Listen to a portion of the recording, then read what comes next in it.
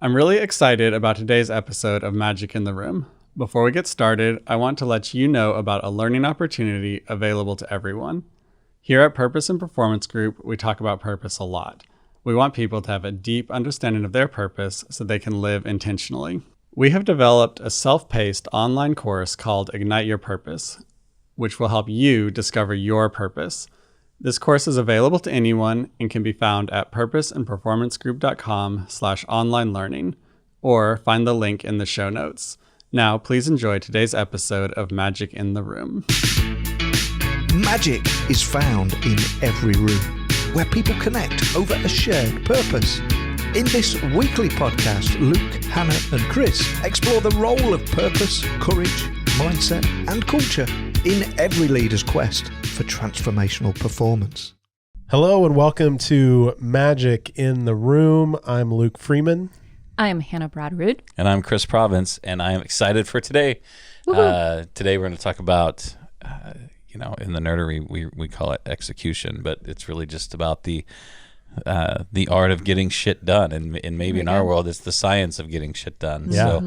So it should be a good one. Let's dig right in. So let's think about it when we think about the 6 discoveries of high performance, what execution is for that system is a way to test the rest of your setup. Mm-hmm. Okay? Everything you have going on, the system you've built, the mindsets that exist within it, the roles that are clarified within it, the purpose that exists, the commitments, the behavioral commitments that people subscribe to, those things produce outcomes. Mm-hmm. And it's when we execute, we produce some level of result. Yep. Right? And we say that every system is perfectly designed to achieve the results it produces. Yep. Nothing more, nothing less. But there's a lot of steps to execution. It does strike me as a little bit, until you start putting, making it practical, it doesn't make a lot of sense. So let's get into that. Luke, when you think about execution, what does that mean to you? Execution is output. It's change. It is deliverables. It's tangible on some level. So when I think about execution, it's usually something I can feel or see or touch, observe. So, this podcast, for example, if we didn't execute, then people wouldn't be listening, right? So the final file that gets uploaded is execution, right? So it's not the planning of it, it's not the idea of it, it's not the branding of it, but it's actually the delivered thing. To me, is like, that's execution. And so it's a little bit like I define the word by what it produces, which is things. Interesting. That's good. Hannah, what's your take on execution? I think about it a little bit differently. And there's also a value scale of level of execution, right? So we can use the podcast as an example. When we first started, I would say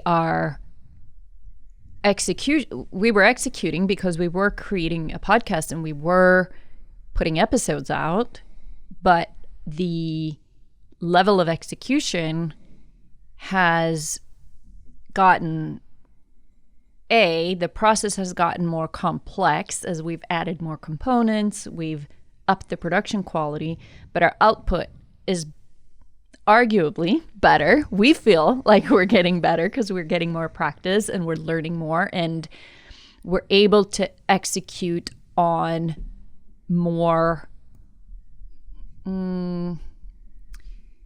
maybe on different levels, right? On the quality, the production value, the consistency, the coherency of ideas, and what we present, the content that we produce, right? And those are all, to me, elements of execution. Mm-hmm. And in Chris's word, to me, it's about getting shit done, which also means, maybe my brain just goes to process a lot of times, right? So it's about, how do we stay focused? How do we get rid of distraction in order to be able to execute?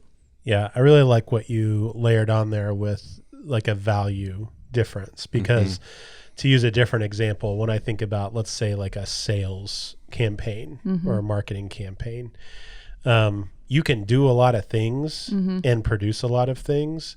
But if let's say we create a product and we go through all the steps to sell it, if we spend X amount of time and we sell it once, right, there's a different level of value to that execution of that project, process, campaign than if we do all that work and then we sell it 20 times. Yeah. And so, yeah, there's a value component there. So not just creating things, like I said, but creating things in an effective and efficient and meaningful, maybe not meaningful even, but an effective way. Yeah. Yeah, I'm going to pile on. When something is executed, it is about, the work that is done or the deliverable. It will land with different levels of quality. So, and that's determined by a number of factors. Do I have the time? Do I have the capital? Do I have the resource I need? What do I have the ability to produce? But there's this accepted idea that there's going to be a variance in quality depending on outside factors that may be outside of my control. There's also an idea on execution, thinking about how the thing being delivered influences relationships, and then does it respond? Is it responsive? Am I executing a month from now for something you asked me for yesterday, or today for something you asked me for yesterday? Now, depending on what the demand request goes, or what it was, today may be too late, or today may be too early, or today might be exactly how much time I need to give you something of appropriate quality. And that's where this does get a little bit ethereal, in that the execution should be appropriate for the standards held by your organization, by your community, by you as a leader. There's these ideas of standards are critical when we're talking about execution. What we witness and do not correct is the standard. Yeah. It's like, to say what you said earlier in a little different way, you have exactly the life you're willing to tolerate. You have exactly the organization you're willing to tolerate, because that system is perfectly built to produce the outcomes that it produces. And that's the standard. What we're producing is the standard. Yeah. So there's another take on execution. What is execution? Well, it's the standard of what you're willing to accept for the organization that you lead, or the team that you lead, or what community you're a member of. So I like that a ton, and I just want to hold on to that idea of, when it comes to execution, what we see and do nothing about is the standard.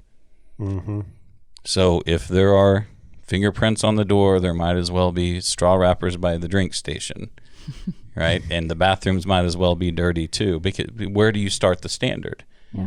How we do one thing is how we do everything. And I live, and Hannah, I know we have colorful conversations about this, but I live in a world where there's only two ways. Like, there's the stuff that's done and there's the stuff that's not done. Yeah, and in my world, it's everything in between. Right. But I lovingly say, anything, if you want to give me a reason for something not being done, it's just some other version of an excuse. Because I'm going to ask you, well, what does it mean that it's done? Because nothing's ever done. Yeah. But I think in operational terms, we can make it a lot less gray. Yeah. The bathroom is clean or it's not clean. The food is hot or the food is not hot. Right. But that requires that we define the standard, right? Correct. So if we're going to say the bathroom is clean, we need to know exactly what that looks like, because your version of clean might be very different than my version of clean. And Correct. so we have to set standards for what we're willing to accept, what's above the line, what's below the line. And setting those clear expectations, I think that's often where the disconnect happens in leadership in general, right? Right. Not stating what we believe is, I think, the number one thing. Like, not getting explicit about the standard, whether that is in the role clarity piece of leading or the commitment piece of leading. I mean, we definitely can't walk around without having promises or purpose. So it's getting explicit about those things. What is clean? Now I can build a process to achieve clean. If I say, what is performance development? What is that objective for this organization? Now I can build a performance development process that achieves that objective. What role does training have in getting people there? But so what is execution? It is those deliverables. It's everything that takes place in getting the work completed. For organizations, some of those mission critical things are how we recruit, how we onboard, how we do performance development, how we advance people within their careers and do career pathing, how we do leadership development, how we apply processes, how we issue rewards and recognition, how we get work done. All those things. Yeah. It's those things that create that caloric heat for an organization. That's typically, anything that does that is probably centered on execution. Luke, looks like you have thoughts. Well, I'm just realizing I got tricked into doing an episode on KPIs. Is that what I hear you saying? Don't use that word. No. Well, I think that's where a lot of people go, though. I mean, that's where I'm Right. going, is like, well, if everything's a standard, either it meets the standard or it doesn't meet the standard of Correct. what you expect. Like, you have to measure that, right? And is that not key performance Yeah, indicators? but here's the difference. Do the KPIs exist for people to serve, or do people serve and the KPIs are addressed? And, said another way, I think there's a night and day difference in the organization where there's a process to identify which light bulbs aren't working versus the organization where you walk in and every light bulb is always on. Like, if we go about our work in a certain way, the KPIs are insurance. I think a lot of the time we use KPIs like to teach to the test, and it dehumanizes our work because somebody in an office somewhere says, do this thing so we can always make sure the lights are on. Well, guess what? Anyone with open eyes can walk around that building every day and see, like, are the lights on or are they off? Our standard is for all the lights to be working. Let the people have autonomy to determine that process. And then if we want to have the KPI, somebody can jump down there and say how many light bulbs are not working. But it should be a check back. It shouldn't be a teach to the test environment, because I don't only need the lights on, man. I need to have good team chemistry. I need to have clean baseboards. I need to have the sense of arrival right. The landscaping out front has to be right. The stop signs have to be red. Like, those are the things. And I don't want people only doing the KPIs, because I'm going to miss the things like, yeah, that stop sign out there is faded, or there's weeds in the flower bed, or the landscaping's looked a ton better.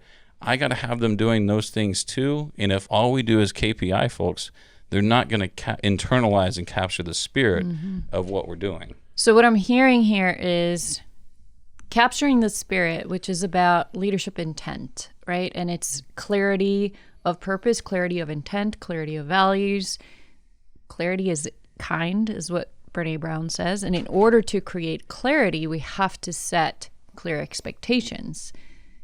That might include KPIs, but once again, to your point, Chris, it's not about teaching to the test. It's about making sure that the education happens and we're learning what we need to learn. And then test results become an output of that. Yeah. And I don't think, it's this whole idea, and I'm still learning how to verbalize it, is we have to perform. And measurements are an output. Those are being produced by the system. So measurement is good, right? We have to know how we're doing. Scorecards are good.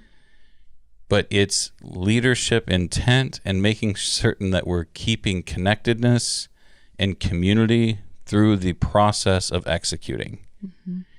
So it doesn't turn into do it. Just do it. I don't know why why all the light bulbs have to work. I just know that's the process. Just do it. Like, no. Check the box. So it's like, yes, all businesses should have KPIs, but they should not be a business of KPIs. And I think that's the difference. It's about measuring what matters, which is one of the trickiest things to do, right? Because what we measure becomes important. So when what's important is difficult to measure, what we measure becomes important. And yeah, some of the things we're talking about can be very difficult to measure. Yeah, so one-liner alert. What gets measured is what gets done.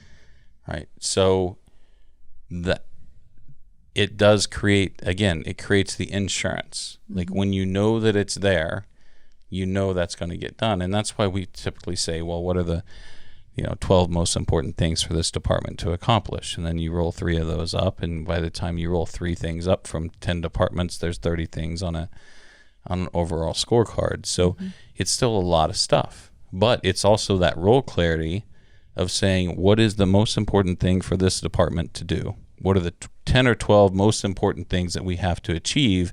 And now let's do the difficult work of measuring those. Now, through our processes, we're going to produce outputs. Are those outputs meeting the standard? Are we exceeding the standard? Maybe you want to build incentive comp off of that. I mean, you can, but then also, are we being bold enough to measure sentiments? Where does team member engagement fall into that? Where does relationship quality between supervisors and direct reports? I think where it tends to get sideways, and we're just asking, like, did we capture enough emails? Is our reinvestment correct? How are we doing our capital budget deployment? It's just 100% quantitative. Do X, get Y. So we have to value those things of, does my general manager, CEO, whatever, have my best interest at heart? Like, are my best interests being stewarded? Whether that's by our CEO or GM, whether that's by my supervisor, whether it's by our department director, what are their sentiments about those things, and how do those things play into how we look at our business? So for me, one of the biggest barriers, if you will, to execution is distraction. And there's so much information, there's so much to be done. And I'm an idea person. I get excited about ideas, right? And so I think for a lot of organizations, new ideas can be a huge distraction from execution. I was listening to a masterclass this morning with Nir Eyal, who is a leading expert on habits and productivity. And he talks about, he asked the question, what's the opposite of distraction? What do you guys think? What would you say?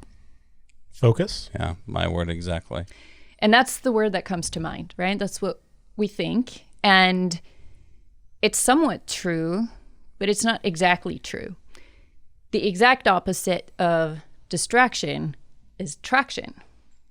Distraction versus traction. And in both of them, there's action. So every action can be a distraction or it can be traction. So just because we're doing a lot of stuff doesn't necessarily mean we're being productive or that we have a high level of execution. So avoiding distraction and getting to a place where we can focus, but where we have true traction requires to be really, really clear on what it is we're trying to produce, and then eliminate everything else. Well, and I think that's why, in the 6 discoveries model, it's why it scaffolds the way that it does, right? That before put that into context for us. Before we get into execution, like we have to have the right mindset. Yep. Like that growth and outward mindset. We have to know the role, the context in which we're going to be working in, the purpose, the overarching purpose for the work that we're going to be doing, then the commitments that we have to make. What are the things we have to do every day to make sure we get those right outputs? And then we get to execution, right? Is the system producing the results that we want? Because it will produce the results it's perfectly designed to achieve. But is that aligned with our expectations for this work community, team, whatever it is we're talking about, is doing the work? So that is definitely why it scaffolds. But before we kind of go into our next segment, let's take a quick break and get into our question of the day.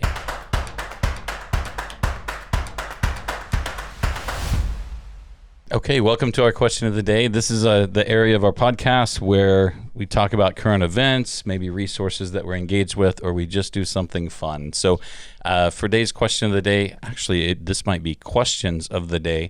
I wanted to share with everyone a resource that we use when we're facilitating or as we're executing icebreakers, and these are called thumb balls. So for you that are only listening and not with us on YouTube, effectively it's a soccer looking ball, but it's smaller, fits in your hand, can be thrown around. And the idea is when you catch this ball, as one person throws it to another, your thumbs will inevitably land somewhere. And the idea is that you would answer the question that your thumb lands on. Now, so it's covered with like 30 questions. Right. Yeah. And so based on how you catch it determines the question that you would answer. So we have a few of them here, and they typically come in categories. As I was online today, I noticed there are some where you can actually create your own. They'll send you a blank thumb ball, and you can write your own questions on it. So there's family thumb balls, there's team building thumb balls, there's places you've been, there's all types of different thumb balls. So these are fun to use with a significant other, your kids, your team, in whatever group environment. They're great conversation starters. So I just wanted to model the way as we learn a little bit more about one another. And I'm hoping that maybe we land on some questions that we haven't answered to one another before. So, man, these always make me nervous. It feels like a quiz and I may not know the answer. Well, there's no wrong answer. Like here's some samples, like 2 cookies I enjoy, best Italian foods, something I like about my hometown. Like there's no wrong answers. You're in the clear. All right, fine. So rather than throw the balls today, what if we just roll them across the table? And, Brad would probably just enjoy it if we didn't break all of his stuff. Okay. You'd rather throw them? Yeah. Okay. Looks like where's the fun in rolling the balls? It makes it more fun. We'll go up high. It makes it more fun that you're trying to avoid all these microphones. Okay, here we go. We're going up high. Luke first. Okay. Okay, 2 cookies I enjoy. This is an easy one. So peanut butter cookie comes first. And then the second is kind of a family recipe that only get around the holidays, is like a pumpkin cookie with chocolate chips in it. Yum. Best enjoyed frozen in February. So there's always extras. So you just put them in a Ziploc and they end up in the freezer. And then I'm like, usually February or March, I'm like, oh my gosh, there's still those cookies in there. Ooh. And so you pull them out, and if you eat them while they're frozen, like it's just, I don't know, a great experience.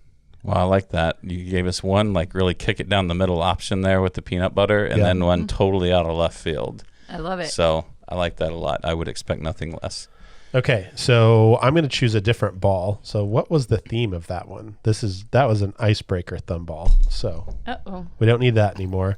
Okay, this next one is a entertainment talk thumb ball. Hannah, you ready? Oh no, of course you had to pick that one. This is going to be your favorite. I'm going to get stumped. Just so everyone knows, Hannah doesn't know any pop culture. Nope. So this should be fun for her to try and think of something. Okay, so ready? Now Here we there's go. a It's going to reason. go high. Okay. There's a reason for her to be nervous now. I'm also not good at catching balls. TV theme song? Really? Yeah. Come on. I can think of nothing. Really? Yeah. I told you this is going to stump me. Really? Any I TV have a Like theme the do-over? theme song to your favorite TV show? The podcast theme song? Our old podcast theme Yeah. Can we song. change it? What is a TV theme song that you know? Nothing. Blank. There's just like a wind blowing through my brain right now. Okay, hey, I see a question. I want to redirect you. There. You that's where you caught it. Longest book I did or didn't finish. Ooh. So the longest book I have ever read is called Snorre. It is a collection of the king's sagas of the Norse kings. And it is a mix of historical account and mythology. And the book is about, I don't know, yay thick. What's that, 5 inches or something? And I read it when I was maybe 9 or 10, because I had gone through, I kept asking my dad for more books, and I kept reading the books he gave me. And I think he wanted to give me a challenge so that I wouldn't be bugging him all the time. So he handed me that book, and I'm pretty sure I read the whole thing, at least most of it. Wow. And Yeah. what was your favorite story out of that? Or maybe a key learning or something you've applied? There's, of course, the story of the guy with the long hair. Harold Hairfair is how you would translate his name in, from the Norwegian. But he vowed to not cut his hair. So he wanted to marry this woman, this queen, and she kind of snubbed him. And because he wasn't wealthy enough, he didn't have a big enough kingdom. He was a king over a very small kingdom in Norway. So he vowed that he would never cut his hair until he had gathered all of Norway under one kingdom. And then I can't remember if she did agree to marry him or not, or if she died. But anyway, that was what actually caused all of Norway to become one kingdom, was a woman snubbing this guy. Nice. Now, is that fiction or is that... That is definitely partially true. There is some historical account of this king, and how much is fiction and how much is truth. I think that's why storytelling is so great, right? Because storytelling and fiction can contain a lot of truth. Whether it's factual or not, that's a different question. There we go. Love it. That's Never. a huge coincidence because, I was 9 when I read War and Peace, too. So, All right. not really. Well, it did say longest book you've never read. Oh, yeah, there you That go. you did or didn't finish. Yeah. So Does that mean you would have had to finished start? it. What's that? Does that mean I would have had to start? Yeah, you would have had to start. Okay. Yeah. So War and Peace need not apply. Well, right. I think I take away from that is now I know for a fact, without beyond a shadow of a doubt, how Norway became one kingdom. And also I learned never, ever let the truth stand in the way of a good story. There we go. Good one. Very good one. All right. It's fitting that it's my turn now. It's your turn. And you get the personal strengths thumb ball. And there we go. Oh my. I am worthwhile because Ooh. self-help alert. Worthwhile. I interpret that as worth someone else's time, or I have value because. You have value because. I have value because I see the connection between things that are seemingly not connected. And I hope to create dialogue as a result of that. And that dialogue adds value to some community or organization, group of people, whatever. Creating a valuable dialogue between people that maybe don't understand that they're connected, but I see how. Kind of like how are yoga and fireworks connected, right? I can share that story. But that's like, I believe they are. And because I believe they are, I think I can create conversations that have value for other people. So very cool. That's us kind of modeling the thumb ball.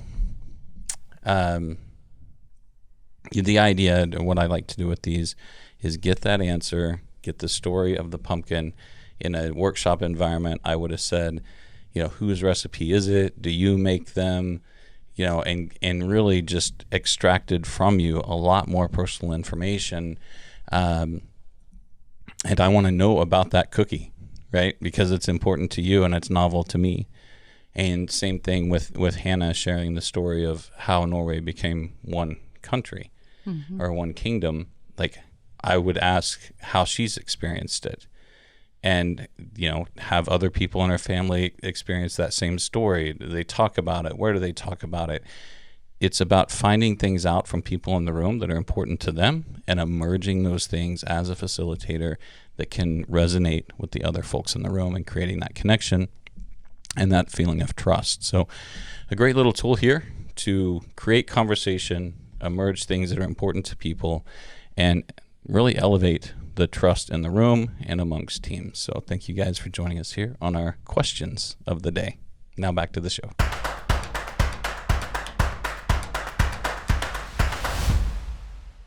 All right, we're back from our question of the day. And, this whole idea of what is not distraction is traction. And, executing is what's on the table at the moment. But, I don't think there's anything that makes life more worthwhile than becoming better, like moving from where we are today to where we want to be tomorrow.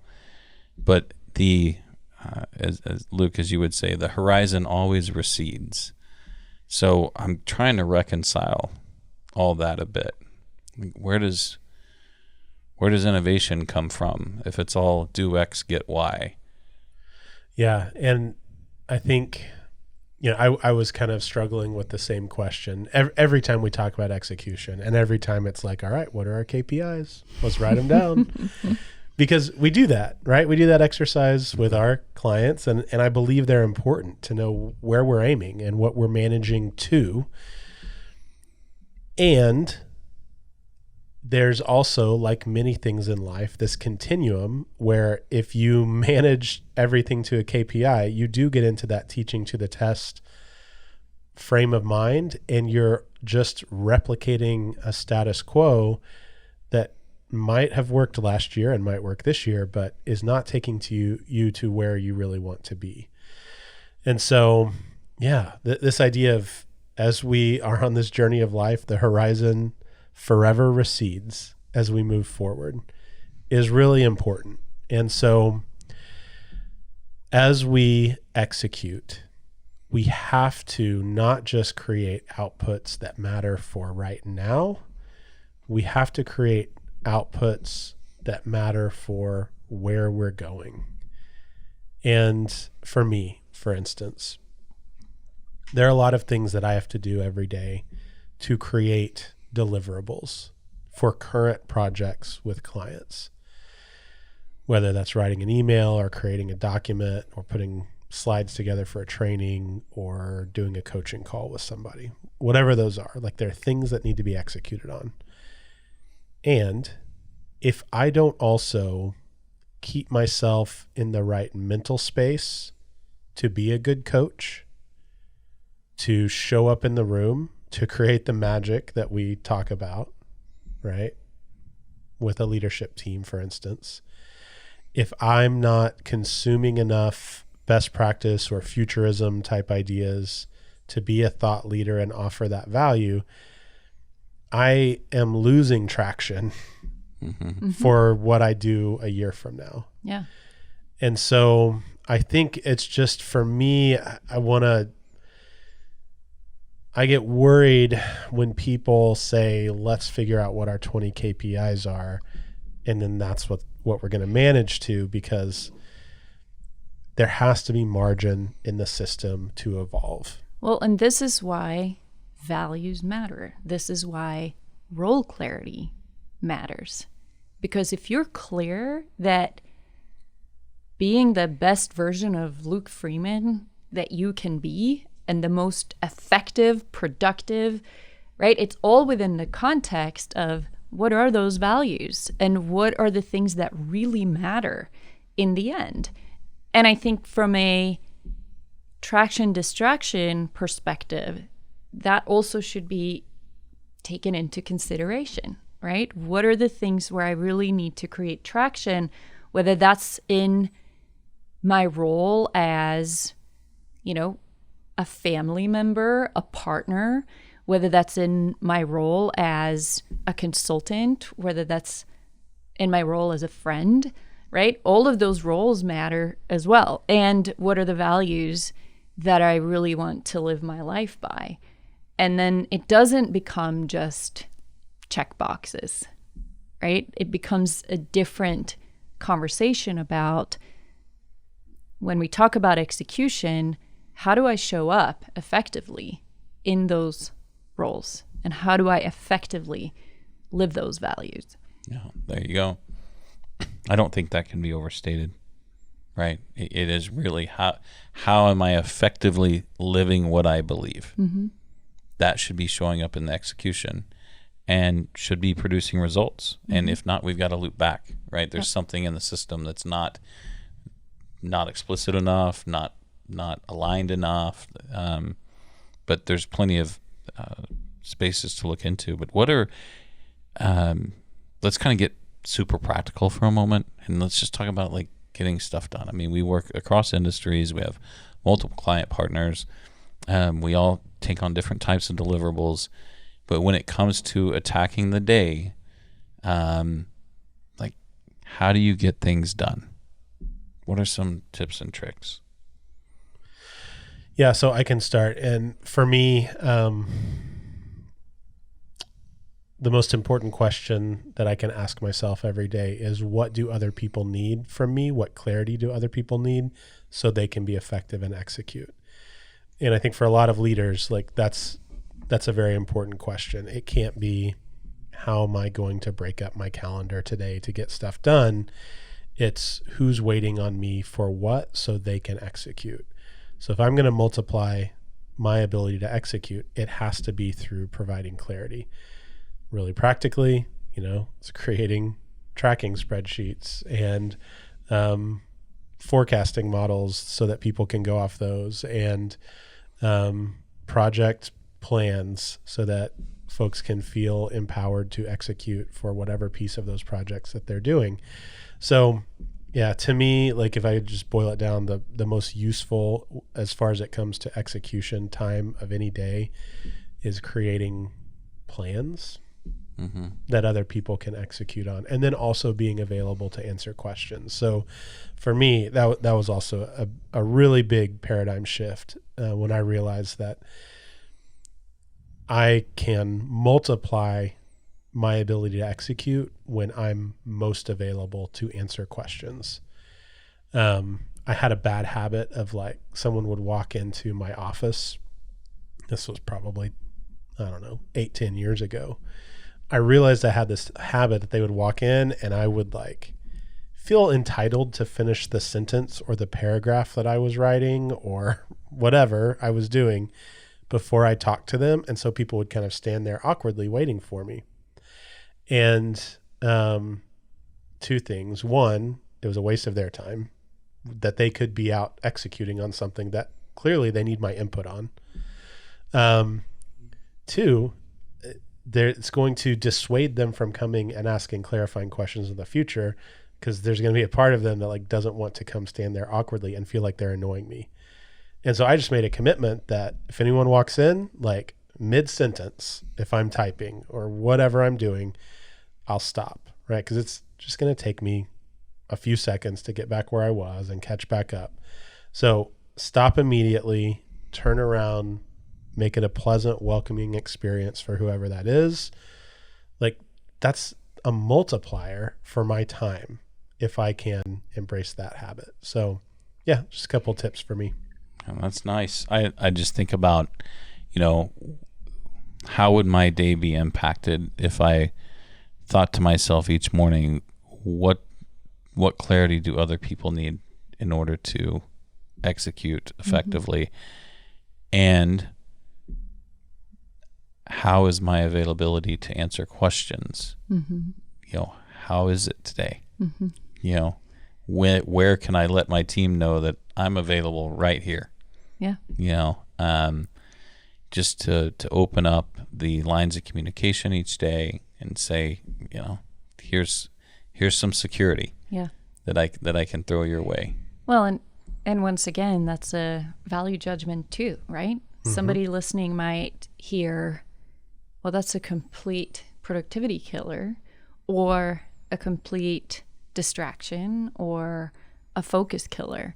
And while that may be true, because you hold the value of being available for the team as part of how you show up effectively as a leader, that means you may have to create different spaces where you can work without distraction, without, with a different level of focus, and that may not be in the office. Yeah, and it's also the tax that I pay for having really high expectations. So because have high expectations and want things to be a certain way, well, that means that I have to be available to provide lots of feedback. And if I want something to be perfect, exactly as I envision it, which I'm working on that, but like it's part of getting things that are remarkable, and wanting things to be remarkable, I think means that you need to be willing to provide the clarity necessary for people to do things in a remarkable way. Right. And I think that's spot on, the idea of like, if I want something to be remarkable, I have to invest in it in a remarkable way. And that's same goes for execution. Like if we're not able to invest in the people executing, or steward them, coach them, mentor them, then we get what we get and we don't throw a fit. I mean, that's just how the game's played. Leaders have the right to not invest, and they have the right to get whatever outcome they get as a result of that. So Hannah, kind of tips and tricks? Yeah, for me, one of the biggest things I already alluded to is how do I create an environment where I eliminate certain distractions, right? So that means I am someone who places high value on engaging with people. So I tend to do that a lot. And I've had different roles in my career where that was my job all day, every day, was interacting with people. And I would come home at the end of the day and have just a pile of work that never got done. And I had to find ways to create space for that. So for me, habit and routine is critically important to execution. And as someone who's had a very uncomfortable relationship with routines throughout my life, it's something I've really worked on a lot as I've studied the brain and how the brain works, and recognizing that I'm probably going to make up a number here, but it's somewhere between 70 and 90% of all the actions and behaviors that we do every day are automatic and they're habitual, right? So understanding how habits are formed and how to create new habits that are more effectively going to help me become the kind of person I want to become, help me become the kind of leader that I want to be, help me become the kind of consultant and professional that I want to be, right? It has to do with behavior design. I believe there's no bad habits, there's only poor behavior design. So for me, it's about creating, like setting myself up to succeed by recognizing what are the triggers for different habits and different actions and anchoring those to, different times of day, right? So if I need to work on a project over time in a really focused way, when is the time of day when I can do that? And how do I make that habitual? So that might mean I make it a habit to get up an hour earlier and work on that before the day gets busy and before I'm expected to be available for people or to facilitate workshops or whatever it else that my day is, consists of. So how do I create that repetitive behavior that will automatically propel me towards a goal, right? Setting goals is not enough, right? In goal pursuit, you have to create the habits that cultivate the behaviors that make success inevitable. And so when I work with sales teams, we talk about what are the daily practices and the daily habits of an effective salesperson, right? How do we create the space to do outreach and to do business development and to cold call or whatever the activities might be, right? Because it's easy to become reactive if we're not really clear on what are the important but not urgent things. How do we create that space? So tip is get clear on what are your habits, right? And are they leading towards execution? Are they creating traction? Or are they creating distraction? Yeah. Well, and kind of going all the way back to something we said earlier, there's also only two types of habits. Ones that advance your purpose and ones that don't. Yeah. So, that's said another way. Let's refine our habits so that they are the ones that advance our intent and our purpose and gratitude. And just something to be aware of in that is, under stress and under pressure, we revert to our highest level of habit. Mm-hmm. So if we're intentional about the habits we create, we're more likely to act in a way that propels our purpose forward also when we're under pressure. Sure. Makes sense. As I think about maybe some things that I could pass on, one, I'm a very positive person and very optimistic person regularly. When I'm grinding and get low energy, like everything, like the only emotion that I see is negative. It's just like everything's twice as bad as what it actually is just because I'm tired. So for me, like avoiding burnout is all about managing energy, and like getting appropriate sleep is like number one. And I get that, hey, yeah, we're serial entrepreneurs. We're out there grinding like every day. Mm-hmm. But guess what? Like you have to be adequately rested, or you eventually, like the achievement doesn't matter, because there's really no joy when I'm low energy. Right. I only receive joy when I'm rested and really like engaged, connected. I'm looking for the achievement. So that's kind of rule number one, like monitor and manage energy, how it's created and how it's deployed. Right. Who is getting it? And I think that goes for teams and organizations too. I would just say, like, we have to manage the energy of our teams in the same way and be able to recognize when our teams are approaching that place where they can't feel joy, accomplishment because of burnout. So I think pausing to celebrate success is a great tool for execution. Think about anything that you love to do. Like you're getting a shot of dopamine from your body with that thing that you love, whatever it is. And I mean, for me, I just think about like, I like swimming in cold water. So I jumped in our pool the other day. It was really cold, but for whatever reason, I associate it with maybe like jumping in a mountain lake, or I don't know why. Like, I like getting in the ocean when it's cold. I like getting in a creek when it's cold. Like, it gives me dopamine and I want to do it again.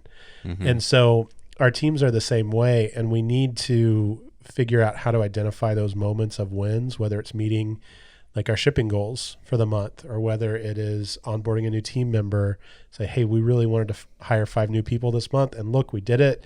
Like, we're going to have a celebration to welcome them, and everyone come, and we're going to have drinks, and it's going to be great.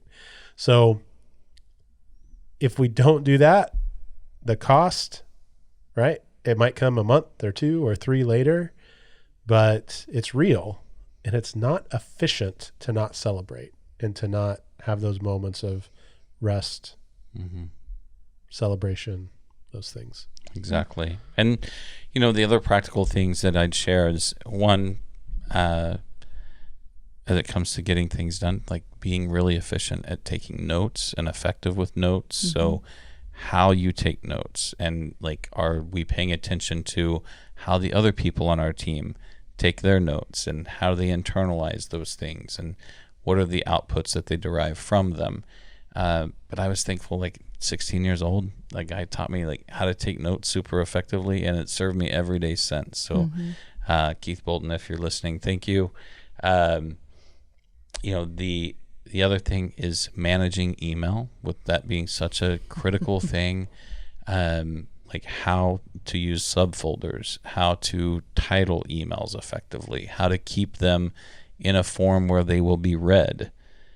So everyone knows someone who sends the emails no one wants to read. Okay? Like, name like pops into everyone's head. Exactly. Yeah. Oh man. You're like, oh yeah. Just send them the link to this episode. You don't have to confront them. Right. So like, let's not be that person, but then it also calls into this ability to write, and Hannah, you touched on it as well. Like, being an effective communicator, like building those skills within a team, like those might seem fundamental or ground level to a senior leader, but usually it's not fundamental to the team. And getting agreement on, how do we title emails? How do we intro emails? How do we folder emails? Like, that's it. Like, do you have 7,000 folders or 7,000 emails in your inbox, and you search person by person? Like, how do you you just type in a word in the search bar and it comes up. Yeah, it's very efficient. There's a lot of hope in there. So that's, just thinking about those things. Effective notes, how you manage email, and the ability to write clearly, not just for you, but for the team. That's effectively things that I think really help to get things done on a fundamental level, and also things we can help with. If there's an opportunity for us to come facilitate, have the conversation amongst your team on how we do any of these things, whether it's avoiding burnout or taking effective notes, or how we manage email together. Those are the things that we enjoy doing. So you guys want to sing us out on this episode? Any final thoughts?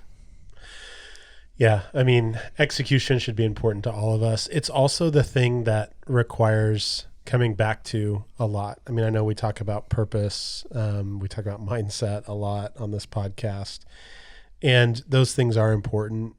I will say, once you have done the deep dive into them, it's more just kind of reminding yourself and anchoring back to the truths, maybe doing a refresh every once in a while. But execution is the thing that we got to be learning new stuff all the time, every day. And new technology, new manufacturing tools, new supply chain things that are emerging, new technology, protocols, security issues, what's happening culturally, regulatory, like, yeah, we can't execute the same way in 2022 that we execute in 2021. The same way that we can't execute in 2021 the way we executed in 2020, the same way we executed in 2019. Like, it's just one of those things that, like, buckle up, know that it's work, and keep it's the grind. It's the grind. How do we do this better? How do we do this smarter? How are we so clear on what our outcomes are that we're chasing, that everyone in our team is really aligned and that we have that traction together? Awesome. Yeah. I think, the adage of execution is everything is true, right? So how we define our standards and to what level do we execute every day, and what do we need to do individually to make sure we can execute on those things to the standard that the organization demands, or the standard that our values demand. Right. And that's what I really love, and what I want to bring us home with is the idea of going through the other parts of the scaffold, because you've taken inventory of those values.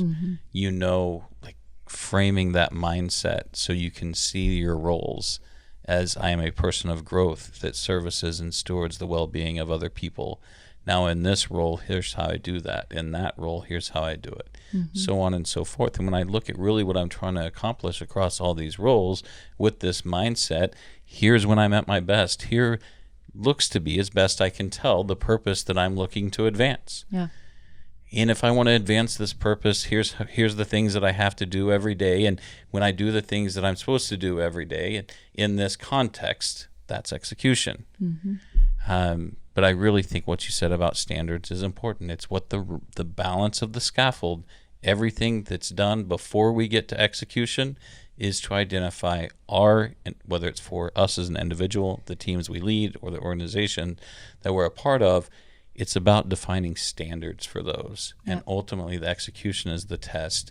Are we meeting or are we falling short of the standards that we have defined? So if we want to have any of those conversations, feel free to reach out to us at magicintheroom.com or Purpose and Performance Group on any social channels. And thank you guys so much for this conversation, and we'll see everyone next time.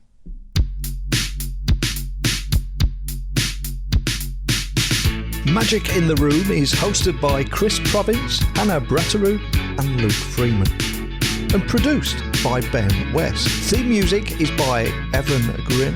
Title track Fake Love available on Apple Music, and this podcast was recorded at Storycatcher Studio with video and audio editing and production support by Brad O'Hara and Alicia Crum, with inspiration, strategy and technical support by yours truly, Neil Hughes. Magic in the Room is a production of Purpose and Performance Group. You can find us at purposeandperformancegroup.com, and remember, previous episodes are available at magicintheroom.com.